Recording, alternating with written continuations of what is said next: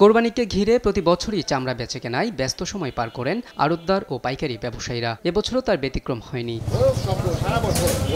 তবে ঈদের তৃতীয় দিনে কিছুটা ভাটা পড়েছে চামড়া বেচাকেনায় বলে দাবি করেন পুরান ঢাকার পোস্তা এলাকার ব্যবসায়ীরা। বলছেন সোমবার কোরবানির সংখ্যা কম হওয়ায় চামড়া বেচাকেনাও কম হচ্ছে। আজকে তৃতীয় দিন হিসাবে চামড়ার আমদানি একেবারেই কম। মনে করেন যে 100% মধ্যে আজকে হয়তো 2-4% মাল কোরবানি হয়েছে। সাপ্লাই আমাদের কম, 2-4টা করে চামড়া আছে, এই জন্যই আমরা কিনি। এছাড়াও চামড়ার গুণগত মানের উপর ভিত্তি করে সরকারের বেঁধে দেওয়া দামেই চামড়া কেনার চেষ্টা করছেন বলেও জানান তারা।